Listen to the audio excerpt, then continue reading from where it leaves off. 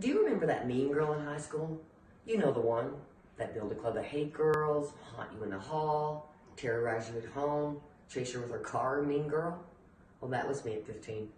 I wasn't mean to everybody, just that one new girl that went out with my boyfriend.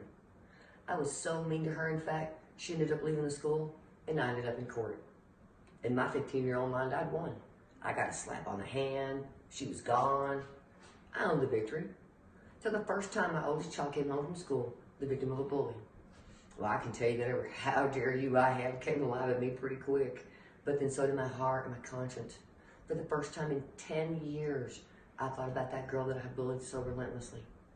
Two things happened that day. One, I asked God to forgive me for what I'd done, to remove all the mean there was left inside of me, and to open the door that one day I might actually get to right that wrong. And two, I traded my victory for regret.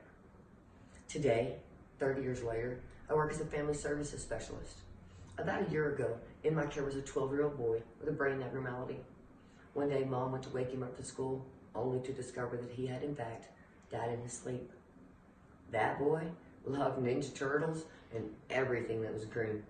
But that green coffin was just more than they could afford. So with the help of a friend, a GoFundMe page was set up, and in just a few days, the coffin was paid for and they buried their son. A few days after the services, I was at the house with the family and we were looking through the list of the donations and the visitors, and we came across the card for the coffin. Nobody recognized the name. It had come from half the country away. But we were intrigued, and they really wanted to thank this person for that gift.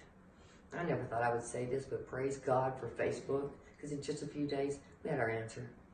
The woman that purchased the coffin was none other than the girl that I had bullied all those years before.